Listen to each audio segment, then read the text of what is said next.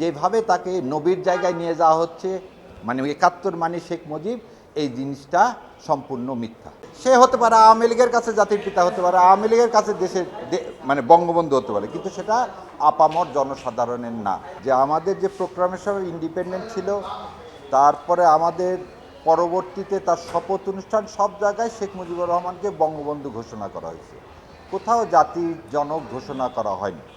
এবং 1973 সালে ঢাকা ইউনিভার্সিটিতে ছাত্র ইউনিয়নের যে সর্বদলীয় সভা, সেখানে মোজাহিদুল ইসলাম সেলিমেরা এই বঙ্গবন্ধু উপাধিটাও কি করে নিয়েছেন, তুলে নিয়েছেন। সো তাকে যে আপনি জাতির পিতা হঠাৎ করে বানালেন কিসের ভিত্তিতে? সে হতে পারে আওয়ামী লীগের কাছে জাতির পিতা হতে পারে, আওয়ামী লীগের কাছে দেশের মানে বঙ্গবন্ধু হতে পারে, কিন্তু সেটা আপামর জনসাধারণের না।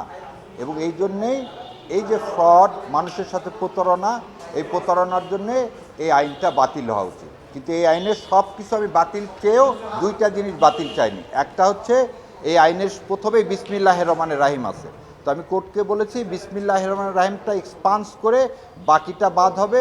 আর একটা হচ্ছে এই আইনের পঞ্চদশ সংশোধনীর পরে আমাদের ষষ্ঠ সংশোধনীর মাধ্যমে সুপ্রিম জুডিশিয়াল কাউন্সিলকে বাতিল করা হয়েছিল, সেটা সুপ্রিম কোর্ট যেহেতু রিস্টোর করছে, এখন এই পঞ্চদশ সংশোধনীতে যদি সুপ্রিম জুডিশিয়াল কাউন্সিল বাতিল করা হয় তাহলে একটা কনফ্লিক্ট দেখা দিবে। যেহেতু আদালতের রায়ে এই সুপ্রিম জুডিশিয়াল কাউন্সিল গঠন হয়েছে, সো বিসমিল্লাহ সুপ্রিম জুডিশিয়াল কাউন্সিল রেখে বাকিটাকে আমি মানে বাতিল করার জন্যে আমি আমার সাবমিশন রেখেছি। আল্লাহর ইচ্ছা ইনশাল্লাহ মনে হয় হয়ে যাবে। বাকি আমিরুল ইসলাম সাহেব ড্রাফট করছে, কিন্তু জ্যাকব হচ্ছে তখনকার যে deputy general, lieutenant general Jacob, তিনি তার বইতে লিখছেন আওয়ামী লীগের তাজউদ্দিন আহমেদকে আমি ডাকছি, ডেকে বললাম তোমরা একটা প্রোক্লামেশন ইন্ডিপেন্ডেন্ট লেখো। তখন তাজউদ্দিন আহমেদ আমাকে বললেন আপনি লিখে দেন। তখন জ্যাকব সাহেব ওটা লিখে তাজউদ্দিন আহমেদকে দেয়। তাজউদ্দিন আহমেদ তখন কলকাতার কয়েকজন লয়ারকে ওটা দেখিয়ে তারপরে 17 তারিখে এটা কি হয়, এটা পাশ করা হয়। এবং 17 তারিখে যে মুজিবনগর যে সরকার যেটা মেহেরপুরে গঠন করা হলো, সেখানে বিএসএফ দিয়ে ওই জায়গাটুকু স্কডন করে ওখানে তারপরে এই 8-10 জনকে দিয়ে কি করা হয়, শপথ গ্রহণ অনুষ্ঠান করানো হয়, যেখানে ফরেন অনেক সাংবাদিকরা ছিলেন। সো সংবিধানে যে কথাটা বলা হলো যে আমরা আমাদের প্রোক্লামেশন বাংলাদেশ আওয়ামী লীগ ড্রাফট করছেন, এটা মিথ্যা কথা, এটা ইন্ডিয়া করছে। দ্বিতীয় কথাটা বলছি যে স্বাধীনতার ঘোষণা সম্পর্কে, স্বাধীনতা ঘোষণা সম্পর্কে একে খন্দকারের বই আর রিমিন মানে তাজউদ্দিন সাহেবের মেয়ে, এই দুইটা বই থেকে দেখালাম যে তাজউদ্দিন সাহেব টেপ রেকর্ডার নিয়ে গেছে, হাতে লিখে নিয়ে গেছে যে আপনি খালি সই করেন, করে একটা মুক্তিযুদ্ধের ঘোষণা দেন। উনি বলছেন নাকে তেল দিয়ে ঘুমাও, আমি 27 তারিখে হরতাল ডাকছি।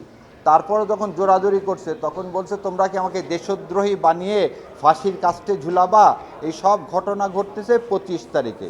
তাজউদ্দিন আহমেদ তাকে আরও জিজ্ঞাসা করে যে আপনার অবর্তমানে কে নেতৃত্ব দিবেন। শেখ মুজিবও সেটা বলে না, এবং তাজউদ্দিন আহমেদ খুব কষ্ট পায় যখন দেখে শেখ সাহেবের ওয়াইফ সুটকেসে সব কিছু গুছাইয়ে দিচ্ছে। কারণ তাদের সাথে কথা হয়েছিল পুরান ঢাকায় একটা বাড়িও ভাড়া নেওয়া হয়েছিল, যেখানে শেখ সাহেব থাকবেন, এনাদের সবার সাথে থেকে যুদ্ধ পরিচালনা করবেন। সো এই যে 7ই মার্চের যে ভাষণ দিয়েছে, ভাষণ যদি কারোর কাছে রেকর্ড থাকে দেখবেন উনি জয় বাংলা জয় পাকিস্তান বলছিলেন। আমাদের কনস্টিটিউশনে জয় পাকিস্তান কথাটা নাই।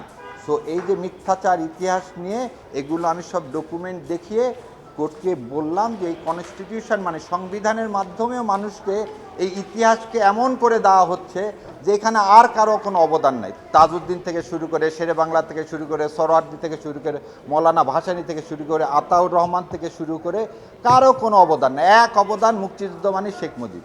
সেখানে আমি ভালো করে বারবার বলছি শেখ মুজিবুর সাহেবের অবদান আছেন, কিন্তু সে অবদানটা কি সেটা ইতিহাস মূল্যায়ন করুক। কিন্তু এই যেভাবে তাকে নবীর জায়গায় নিয়ে যাওয়া হচ্ছে, মানে ৭১ মানে শেখ মুজিব, এই জিনিসটা সম্পূর্ণ মিথ্যা।